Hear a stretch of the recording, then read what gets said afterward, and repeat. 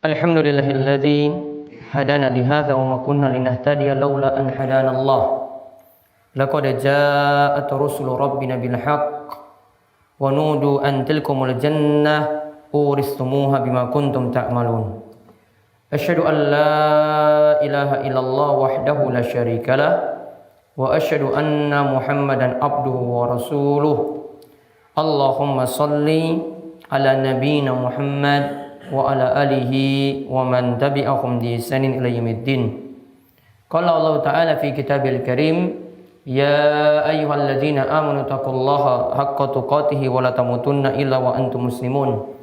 Wa qala ta'ala, ya ayyuhan nasu taqu rabbakum alladzi khalaqakum min nafsin wahidah wa khalaqa minha zawjaha wa batha minhuma rijalan katsiran wa nisaa'a wattaqullaha alladzi tasaaluna bihi wal arham innallaha kana 'alaikum raqiba. Wa qala ta'ala, ya ayyuhalladzina amanu taqullaha wa qulu qawlan sadida yuslih lakum a'malakum wa yaghfir lakum dhunubakum wa man yuti'illaha wa rasulahu faqad faza fawzan 'azima. Fa inna asdaqal hadisi kitabullah wa afdalul huda huda Muhammadin sallallahu alaihi wasallam wa syarrul umuri muhdatsatuha wa kullu muhdatsatin bid'ah wa kullu bid'atin dhalalah wa kullu dhalalatin finnar. Ma'asyiral muslimin, jamaah salat Jumat yang semoga senantiasa dirahmati dan diberkahi oleh Allah Subhanahu wa taala.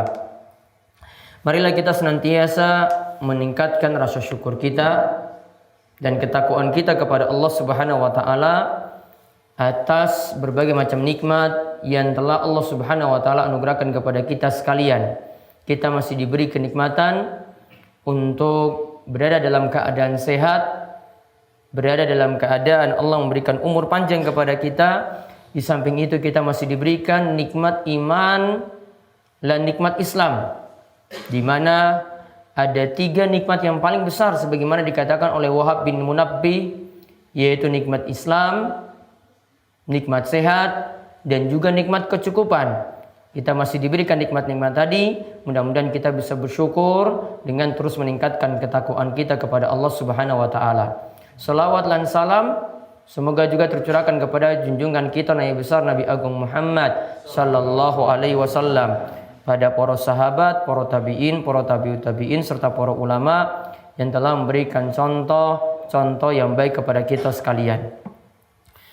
Ma'asyiral muslimin rahimani wa rahimakumullah, kita saat ini berada di pertengahan bulan Ramadan. Hampir separuh dari bulan Ramadan telah kita lewati dan kita akan memasuki akhir-akhir dari bulan Ramadan. Mengenai akhir-akhir dari bulan Ramadan tersebut, ingin di sini kami utarakan apa saja yang mesti kita lakukan nanti di akhir dari bulan Ramadan kita.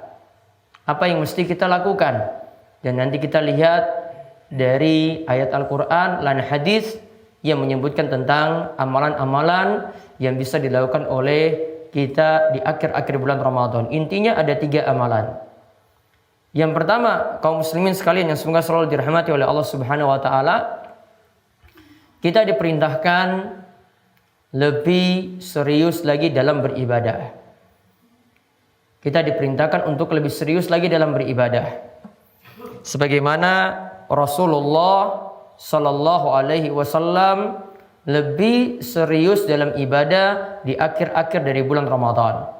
Disebutkan dalam hadis riwayat Muslim, kana Rasulullah sallallahu alaihi wasallam yajtahidu fil ashril awakhiri ma la yajtahidu fi ghairihi. Rasulullah sallallahu alaihi wasallam itu lebih serius melakukan ibadah di akhir-akhir bulan Ramadan. Beliau lebih serius daripada selain dari waktu-waktu tersebut. Di akhir-akhir bulan Ramadan beliau lebih serius. Juga dikatakan oleh istri tercinta Nabi sallallahu alaihi wasallam, yaitu Aisyah radhiyallahu anha, kanan Nabiyyu sallallahu alaihi wasallam idza dakhala al-ashru syadda mizarahu wa ahya lailahu wa aiqadha ahlahu. Disebutkan oleh Aisyah radhiyallahu anha, Rasulullah sallallahu alaihi wasallam kalau masuk 10 hari terakhir dari bulan Ramadan, beliau kencangkan sarungnya. Beliau kencangkan sarungnya untuk serius dalam ibadah. Wa ahya lailahu. Beliau hidupkan malam yang ada di akhir bulan Ramadan. Lalu wa aiqadha ahlahu. Beliau bangunkan keluarganya juga untuk turut dalam beribadah. Beliau bangunkan keluarganya pula untuk ikut dalam ibadah. Hadis ini diriwayatkan oleh Imam Bukhari dan Imam Muslim. Berarti di sini menunjukkan bahwasanya di akhir-akhir ini adalah waktu penentuan.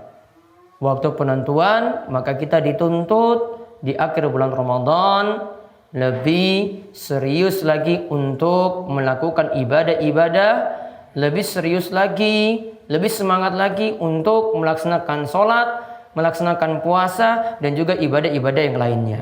Karena Nabi Shallallahu Alaihi Wasallam juga mengatakan, innamal a'malu bil khawatim. Sesungguhnya setiap amalan itu dilihat dari akhirnya. Setiap amalan itu dilihat dari akhirnya. Endingnya bagaimana? Akhirnya seperti apa?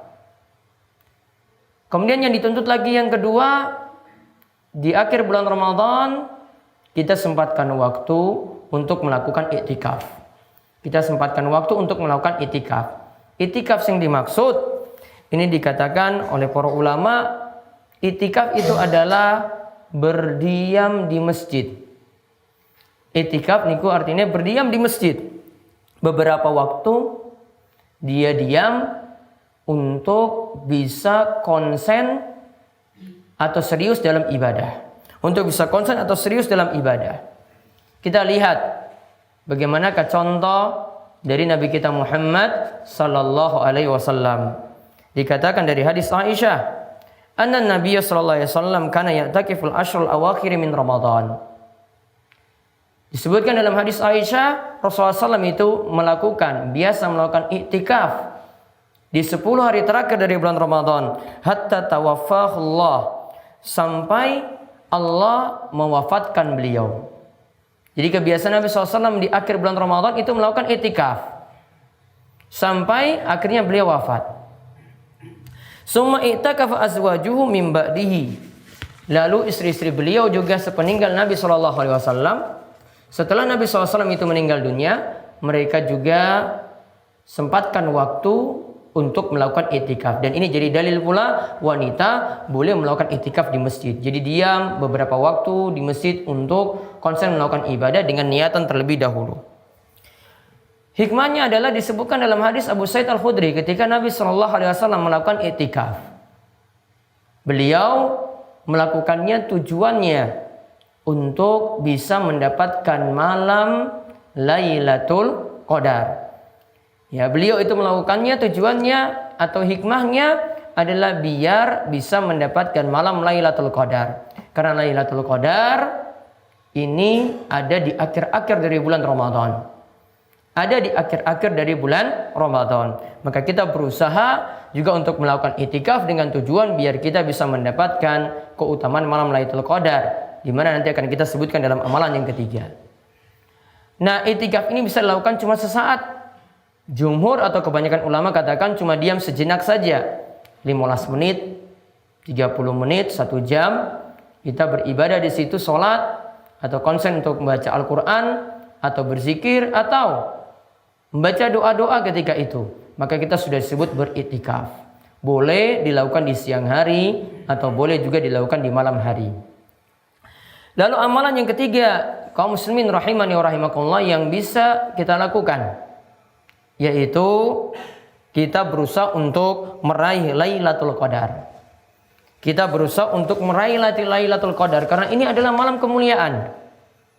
Di samping itu juga maknanya adalah malam penetapan takdir, di mana Allah menyebut keutamaan Lailatul Qadar ini, Lailatul Qadri khairu min alfi syahr.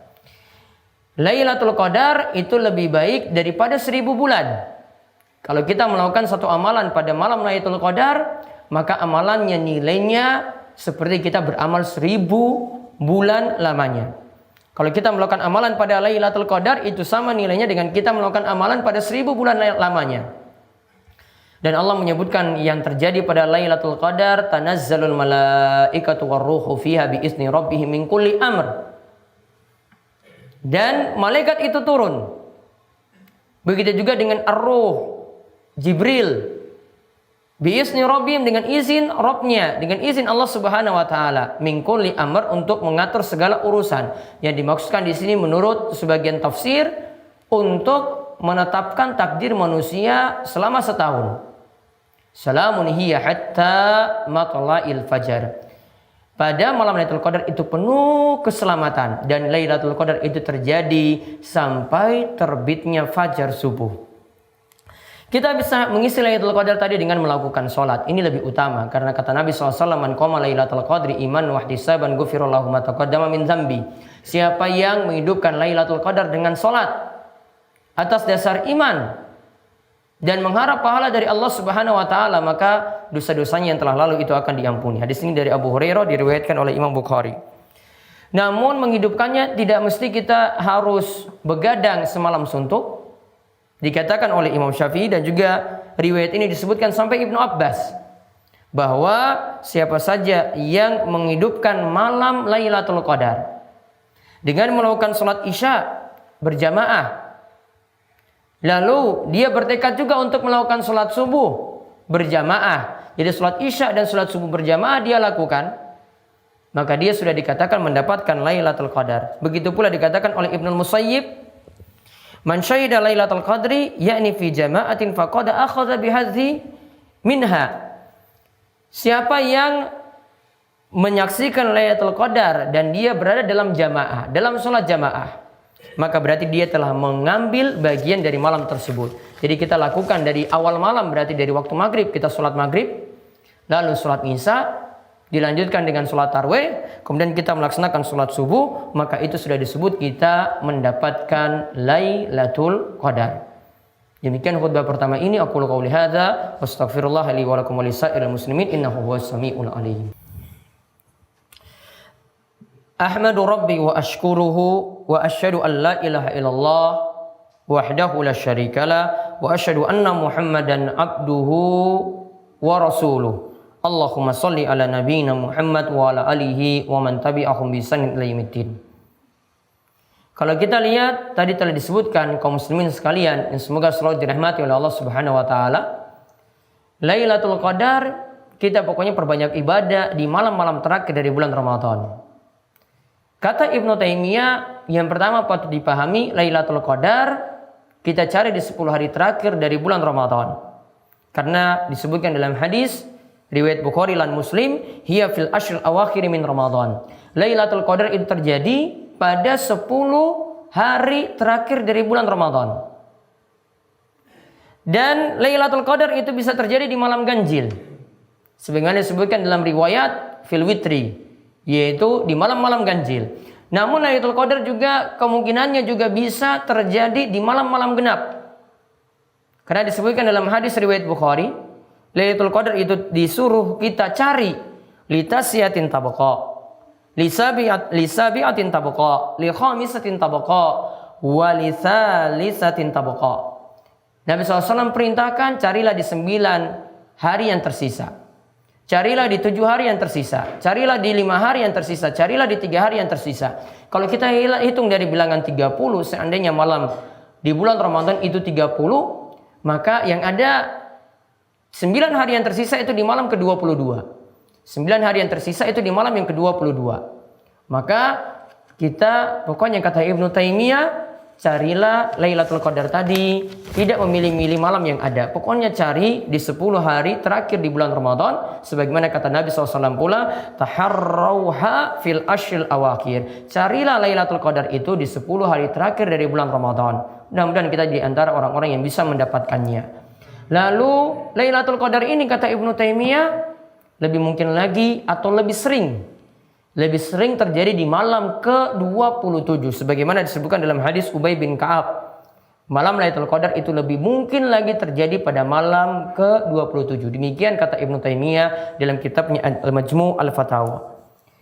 Nah, itulah amalan-amalan yang bisa kita lakukan di akhir bulan Ramadan. Tetap terus giat dalam ibadah, lebih semangat lagi di akhir-akhir bulan Ramadan. Kemudian yang kedua, kita berusaha untuk melakukan itikaf jika kita punya waktu untuk berdiam sejenak di masjid. Kemudian yang ketiga, raihlah malam Lailatul Qadar yang lebih baik daripada 1000 bulan. Kaum muslimin yang semoga selalu dirahmati oleh Allah Subhanahu wa taala, di akhir khutbah ini juga kami ingatkan untuk memperbanyak salawat kepada Nabi kita Muhammad sallallahu alaihi wasallam. Siapa yang memperbanyak salawat kepada beliau sekali saja, maka Allah akan membalas salawatnya sebanyak 10 kali. Innallaha wa malaikatahu yusholluna 'alan nabi. Ya ayyuhalladzina amanu shallu 'alaihi wa sallimu taslima. Allahumma shalli 'ala Muhammad wa 'ala ali Muhammad kama shallaita 'ala Ibrahim wa 'ala ali Ibrahim innaka Hamidum Majid. Allahumma barik 'ala Muhammad wa 'ala ali Muhammad kama barakta 'ala Ibrahim wa 'ala ali Ibrahim innaka Hamidum Majid. Marilah kita panjatkan doa pada Allah. Mungkin Allah memperkenankan setiap doa-doa yang kita panjatkan. Allahumma ighfir lil muslimina wal muslimat wal mu'minina wal mu'minat al ahya'i minhum wal amwat innaka sami'un qaribun mujibud da'wat. Allahumma alif baina qulubina wa aslih dhata bainina wa ahdina subulas salam wa najjina minadh dhulumati ilan nur wa jannibna al fawahisha ma dhahara minha wa ma batan wa barik lana fi asma'ina wa absarina wa qulubina wa azwajina wa zurriyyatina wa tub alaina innaka antat tawwabur rahim waj'alna syakirina li ni'amika musnina bi 'alaika qabilihina laha wa atimmaha alaina. Allahumma inna nas'aluka ilman nafi'a wa rizqan thayyiba wa amalan mutaqabbala. Allahumma taqabbal a'malana fi Ramadan. Allahumma taqabbal a'malana fi Ramadan. Allahumma taqabbal a'malana fi Ramadan. Rabbana atina fid dunya hasanah wa fil akhirati hasanah wa qina adzabannar. Wa sallallahu ala nabiyyina Muhammadin wa ala alihi washabbihi ajmain. Walhamdulillahi rabbil alamin. Akhiru da'wana alhamdulillahi rabbil alamin. Aqimussalah.